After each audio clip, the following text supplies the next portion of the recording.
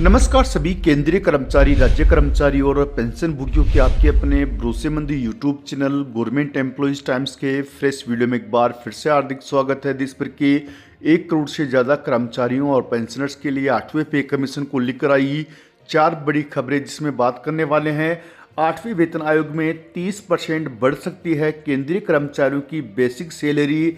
जानिए क्या है फिटमेंट फैक्टर। साथ ही बात करेंगे जनवरी 2025 के महंगाई भत्ते को लेकर जारी हुए लेटेस्ट आंकड़े। 3% ही बढ़ेगा डीए और डीआर। साथ ही देश भर के 68 लाख से अधिक पेंशन भोगियों को पेंशन विभाग और कार्मिक एवं प्रशिक्षण विभाग से मिले 2 बड़े तोहफे। साथ ही बात करेंगे न्यूनतम वेतन और फिटमेंट फैक्टर को लेकर केंद्रीय कर्मचारी संगठन जल्द मिल सकते हैं वित्त मंत्री निर्मला सीतारमण से। जानकारी पसंद आए तो वीडियो को लाइक कीजिएगा। चैनल पर पहली बार आए हैं तो प्लीज़ चैनल को सब्सक्राइब कीजिएगा, क्योंकि आपसे जुड़े तमाम तरह के महत्वपूर्ण आदेश, वीडियो और इन्फॉर्मेशन हमें यहाँ पर लाते रहते हैं। जानकारी पसंद आई तो वीडियो को लाइक करना बिल्कुल ना भूलें। आपका एक लाइक हमें मोटिवेट करता है आपके लिए महत्वपूर्ण इन्फॉर्मेशन खोज लाने के लिए। केंद्र सरकार ने 8वें वेतन आयोग के गठन को मंजूरी दे दी है, जिसके बाद केंद्रीय कर्मचारियों के बीच न्यूनतम बेसिक सैलरी को लेकर कई सवाल उठने लगे हैं। यह सवाल खासतौर पर इस बात को लेकर है कि 8वें वेतन आयोग के लागू होने के बाद कर्मचारियों की न्यूनतम बेसिक सैलरी कितनी होगी। इसके साथ ही रिटायर्ड कर्मचारियों की पेंशन में भी बढ़ोतरी होगी। तो आपको जानकारी के लिए बता दें कि विशेषज्ञों का कहना है कि 8वें वेतन आयोग में फिटमेंट फैक्टर 2.6 से लेकर 2.85 तक जा सकता है, जिससे कर्मचारियों की न्यूनतम बेसिक सैलरी में 25 से 30% की बढ़ोतरी हो सकती है। वर्तमान में ये सैलरी 18,000 रुपये प्रति माह है, लेकिन अगर फिटमेंट फैक्टर 2.85 रखा जाता है तो यह बढ़कर 40,000 से 45,000 रुपये प्रति माह हो सकती है। फिटमेंट फैक्टर एक गुणक होता है जिसका इस्तेमाल सरकारी कर्मचारियों की सैलरी और पेंशन की गणना में किया जाता है। यह फैक्टर मुद्रास्फीति, कर्मचारियों की आर्थिक आवश्यकता और सरकार की वित्तीय स्थिति जैसे कारकों को ध्यान में रखकर तय किया जाता है। 7वें वेतन आयोग में फिटमेंट फैक्टर 2.57 था, जिसके आधार पर कर्मचारियों की न्यूनतम बेसिक सैलरी 18,000 रुपये तय की गई थी। इससे पहले 6ठे वेतन आयोग में फिटमेंट फैक्टर 1.86 था। केंद्रीय कर्मचारियों के पेंशन में भी बढ़ोतरी हो सकती है। अगर सरकार 8वें वेतन आयोग में फिटमेंट फैक्टर को 2.86 मंजूरी देती है तो पेंशन में लगभग 186% की बढ़ोतरी हो सकती है। इसके बाद पेंशन 9,000 रुपये से बढ़कर 25,740 रुपये प्रति माह पहुंच सकती है। आपको बता दें कि 1946 से अब तक कुल 7 वेतन आयोग का गठन किया जा चुका है। इन आयोग को हर 10 साल बाद गठित किया जाता है।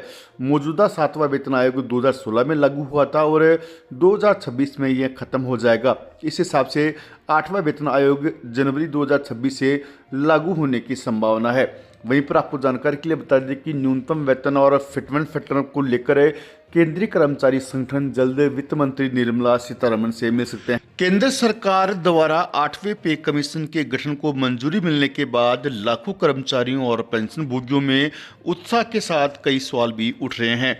इनमें से एक बड़ा सवाल ये कि महंगाई भत्ता यानी डीए और महंगाई राहत यानी डीआर का 8वें वेतन आयोग के लागू होने पर क्या असर पड़ेगा।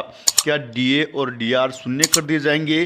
तो आपको जानकारी के लिए बता दें कि 5वें वेतन आयोग के दौरान जब डीए और डीआर 50% से अधिक हो गया था, उसे बेसिक सैलरी या बेसिक पेंशन में शामिल कर लिया गया था।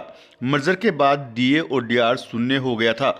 वहीं 6ठे वेतन आयोग और 7वें वेतन आयोग में डीए और डीआर को मर्ज करके फिटमेंट फैक्टर के आधार पर बेसिक सैलरी और पेंशन को तय किया गया था। अब 8वें वेतन आयोग में डीए और डीआर को शून्य किया जाएगा, क्योंकि फिटमेंट फैक्टर तय करते समय डीए और डीआर को मर्ज किया जाता है, जिससे डीए और डीआर शून्य हो जाएगा। 6ठे और 7वें वेतन आयोग के नियमों को गौर कर करें तो 8वें वेतन आयोग में डीए और डीआर को शून्य किया जाएगा। दिसंबर 2025 की जो बेसिक है उसमें फिटमेंट फैक्टर से गुणा करके नया बेसिक निकाला जाएगा। इस प्रकार बेसिक तो बढ़ जाएगी पर महंगाई भत्ता शून्य हो जाएगा। लेकिन ये हमेशा शून्य नहीं रहेगा, ऐसा नहीं है। जुलाई 2026 से फिर डीए और डीआर में 2 से 3% की बढ़ोतरी देखने को मिलेगी। मौजूदा प्रावधान के अनुसार डीए और डीआर को हर 6 महीने में संशोधित किया जाता है। महंगाई भत्ता बेसिक सैलरी के आधार पर तय किया जाता है। हर जनवरी और जुलाई में संशोधित होता है। वर्तमान में डीए 53% तक पहुंच चुका है। अगला संशोधन जनवरी 2025 में किया जाएगा, जो कि 56% होने की संभावना है। आपको जानकारी के लिए बता दें कि जुलाई से लेकर नवंबर तक के all India consumer price index के डाटा जारी कर दिए गए हैं। इन डाटा पर नज़र डालें तो इस बार कर्मचारियों और पेंशनर्स के महंगाई भत्ते और महंगा राहत में 3% की बढ़ोतरी कन्फर्म हो चुकी है। ऐलान की बात कर लें तो इसका ऐलान होली या मार्च के आसपास होने की संभावना है। 8वें वेतन आयोग के ऐलान के बाद केंद्रीय बजट 2025 से पहले केंद्रीय सरकारी कर्मचारियों ने सरकार से अपनी कमिट की गई पेंशन बहाली की समय सीमा 15 साल से घटाकर 12 साल करने की मांग फिर से उठाई है। तो आपको जानकारी के लिए बता दें कि वर्तमान में सरकार पेंशन की कम्यूटर राशि को सेवानिवृत्ति के 15 साल बाद पुनः बहाल करती है।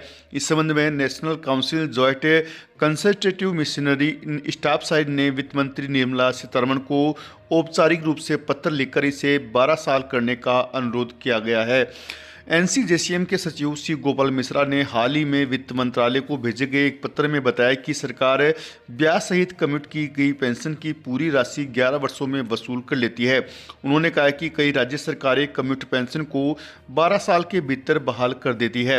उन्होंने लिखा है कि पेंशन भोगियों से कमिट पेंशन का 40% हिस्सा 15 साल तक वसूलने का कोई औचित्य नहीं है। इसलिए सरकार से निवेदन है कि कमिट पेंशन को 12 साल के भीतर बहाल किया जाए। केंद्रीय कर्मचारियों के प्रतिनिधियों और यूनियनों ने पहले भी कम्यूनिटी पेंशन की बहाली के समय को 15 साल से घटाकर 12 साल करने की सिफारिश की थी। 5वें वेतन आयोग की रिपोर्ट में गहन अध्ययन के बाद 12 साल में बहाली की सिफारिश की गई थी। हालांकि केंद्र सरकार ने इसे न तो स्वीकार किया और न ही ठुकराया है। वर्ष 1981 में केंद्रीय सिविल सेवा नियमावली 1981 में संशोधन कर 15 साल का समय तय किया गया था। आज ब्याज दर, जीवन प्रत्याशा, मृत्यु दर और जोखिम दर जैसे मानकों में भारी बदलाव आ चुका है। केंद्रीय कर्मचारी समाज पेंशन पर 8% ब्याज का भुगतान करते हैं, जबकि अन्य संस्थानों में पेंशन भोगियों को केवल 6.1% की ब्याज दर का सामना करना पड़ता है। यह अंतर सेवानिवृत्त कर्मचारियों के लिए वित्तीय असमानता पैदा करता है। एनसीजेसीएम और केंद्रीय सरकारी कर्मचारी की यूनियन ने वित्त मंत्रालय से केंद्रीय सिविल सेवा नियम 1981 में संशोधन की मांग की है। उन्होंने नई कम्यूटेशन टेबल लागू करने का भी प्रस्ताव सरकार को दिया है।